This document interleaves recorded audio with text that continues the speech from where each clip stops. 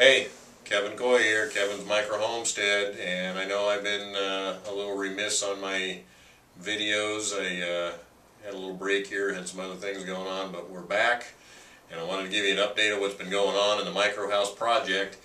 This is episode 20, and I'm in the loft right now, and I wanted you to see that the volume of the space in this roof line of a gambrel roof actually made it so that I could lay sideways and have plenty of head space and be able to sit up and move around in here.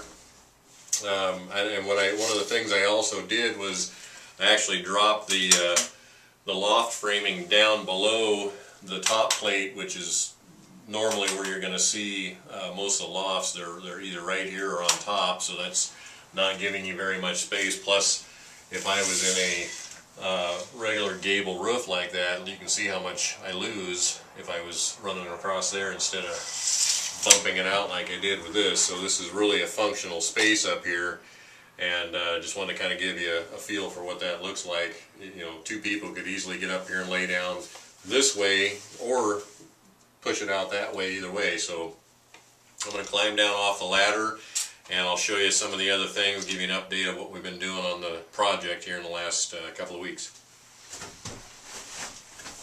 without falling out. As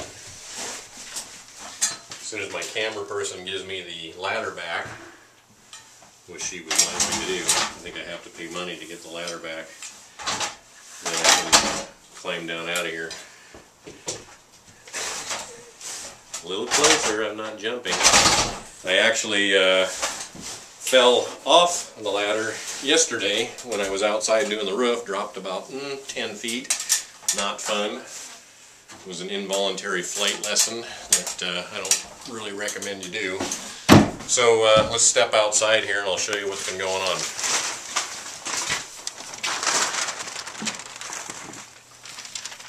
I got the largest of the windows in place, and you know, kind of almost a picture window size window here. This one is 4 foot by 5 foot, and so a lot of light, a lot of, you know, feeling of indoor outdoor, so you don't feel very claustrophobic in that space, which is, you know, 12 by 16, or I'm sorry, 8 by 12, so it's not real big.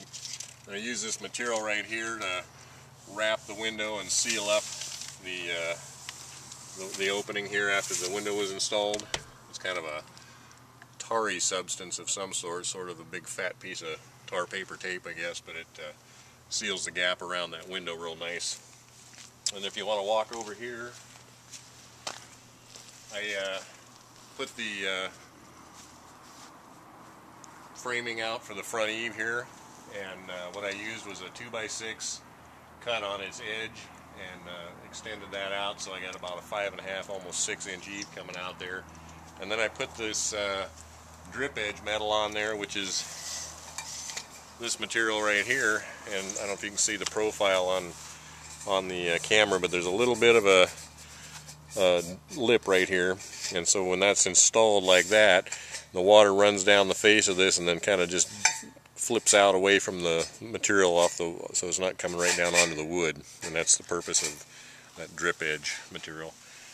And this is the ridge cap we're using on the roof.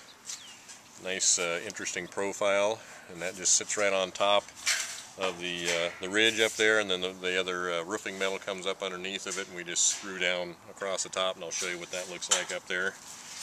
And this is the actual roofing material, the metal that we're using, and all I did was buy some different lengths of this, 8s, 10s, and 12s, that some of which I had on hand, and then some 12-foot pieces, because I'm cutting them shorter to fit the two slopes, and I'm just using a pair of metal shears, and it really cuts nicely, just almost like cutting with scissors to get through that material. It's not real thick, so it's not too hard to cut through.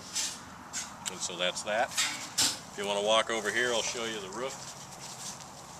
You can kind of see the progress here. If you look right up here, we've got most of the metal installed on these two slopes on this side of the house. And so we've just taken these 2-foot wide pieces and overlapped them across here and screwed them down in a nice even pattern. And then the upper slope, if you can get back a little farther, you can see the upper slope. It's and the ridge cap up there. You probably have to step back a little farther. You can see the upper slope is very similar. It's got a nice little overhang to the second slope coming down, so the water will shed off and come down off of there, and then the lower ones standing off away from the wall of the building a little bit, again to keep the rain from running down the sides of the building. It's going to repel it out a little bit, and you can see our cap up there. So that's what it's looking like. We're going to put another eave on the back pretty quick here, so we've got our finished roof line to pull our metal out onto. We're going to need another piece and a half or so to get all the way out across the back end here, and we'll be in good shape.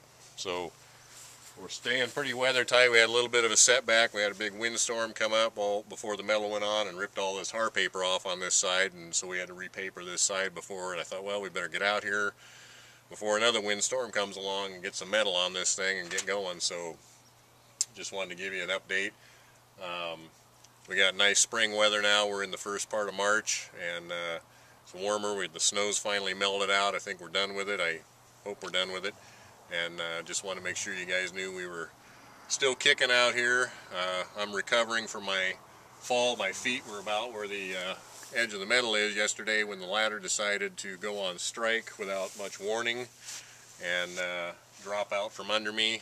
And so I went into temporary aeronautic mode and then crash landed without a parachute, and banged up and bruised up a little bit, but still alive and kicking. So takes more than that to get me out of the picture, I guess. So I just wanted to let you know that was going on. We'll get some more progress on this, and until next time, I'll see you soon.